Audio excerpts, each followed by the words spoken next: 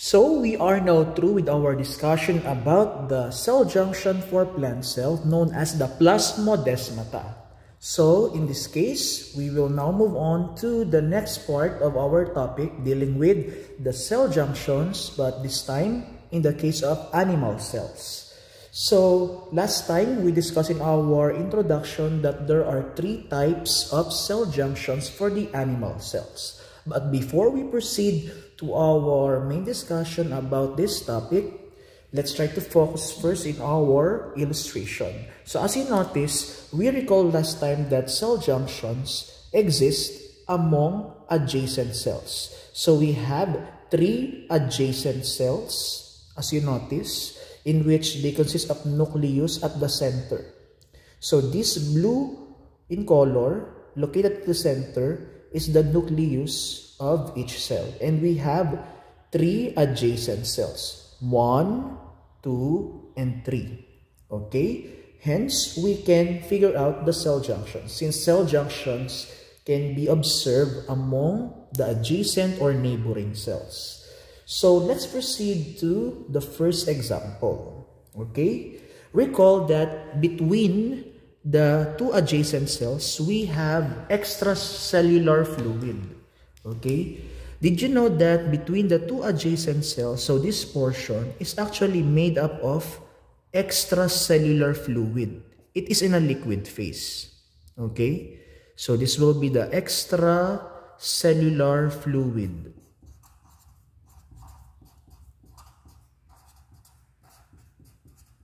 So extracellular fluid exists outside the cell, specifically between 2 adjacent cells. So this portion is actually made up of extracellular fluid. Okay, it is in a liquid phase. And take note that there are some instances in which this extracellular fluid should be prevented so that it will not move inside the cell. Okay, otherwise there will be leakage of extracellular fluid. And this is the main function of the first type of the cell junction for the animal cell. So this structure, which is purple in color, is the first type of the cell junction in which it prevents the entry of cellular or extracellular fluid inside the cell. So as you notice, this portion indicates that it prevents the entry of extracellular fluid inside the cell, which is purple in color as our main legend. So this is known as the tight junctions. So number 1, you have tight junctions. So based from the illustration, focus on this part. It only means that tight junctions prevent the entry of extracellular fluid inside the cell. It prevents the entry of extracellular fluid inside the cell. So this is the main function of the tight junctions. It prevents the entry of extracellular fluid inside the cell. And this is the first function of the cell junctions for the animal cell, known as the tight junctions. Okay? And take note that tight junctions, they are made up of proteins as well. Okay? So that is the first type of cell junction for the animal cell, known as the tight junctions. Now, let's proceed to the second one. Okay? In which we will try to focus on this illustration. Okay? So this illustration will reveal the second type of cell junction for the animal cell. So observe carefully its main function based from our illustration, we can figure out that this type of cell junction for the animal cell is actually the reason, or let's say its major function is that it binds the cell together. Okay? And this is the second type of animal junction known as the desmosomes.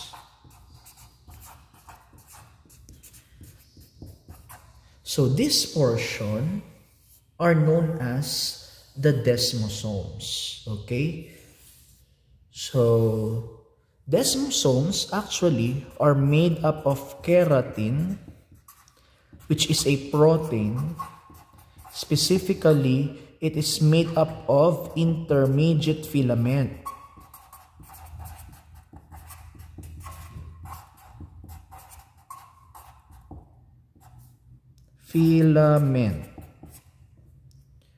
Okay, so again, desmosome is the second type of cell junction for the animal cells, in which it's made up of protein known as keratin, specifically intermediate filament. And what's the major function of desmosomes? So desmosomes, based from the illustration in our example, its major function is that it binds, take note, it binds the cells together.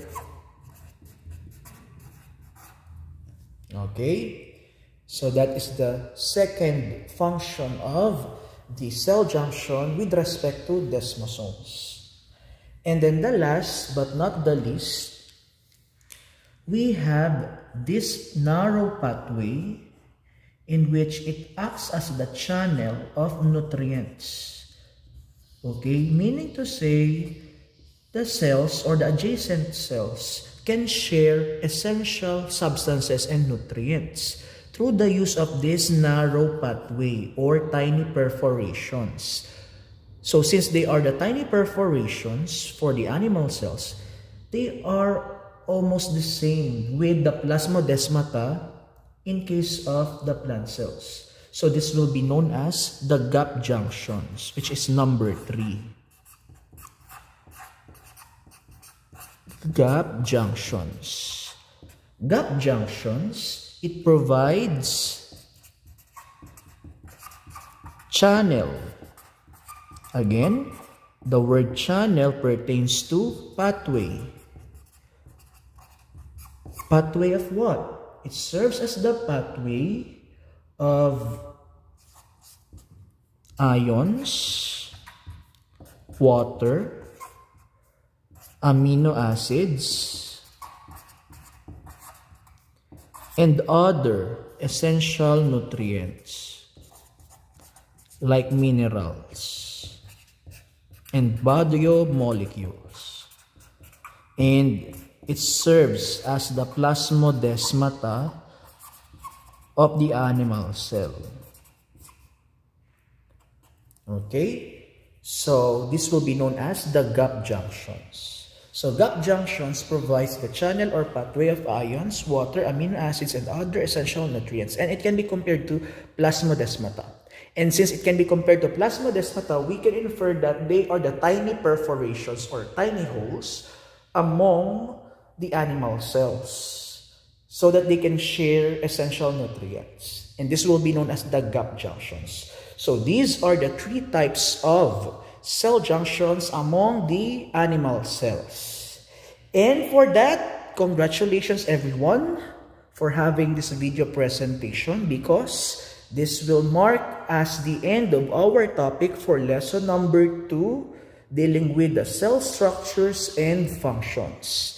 So what's the good thing is, we realize that aside from the internal parts of the cell, you learned already the external parts of the cell, specifically the cell junctions, the cell wall, as well as the extracellular matrix. You realize, class, that they have important roles for cell communication, interaction, as well as when it comes to the sharing of nutrients among various types of cells.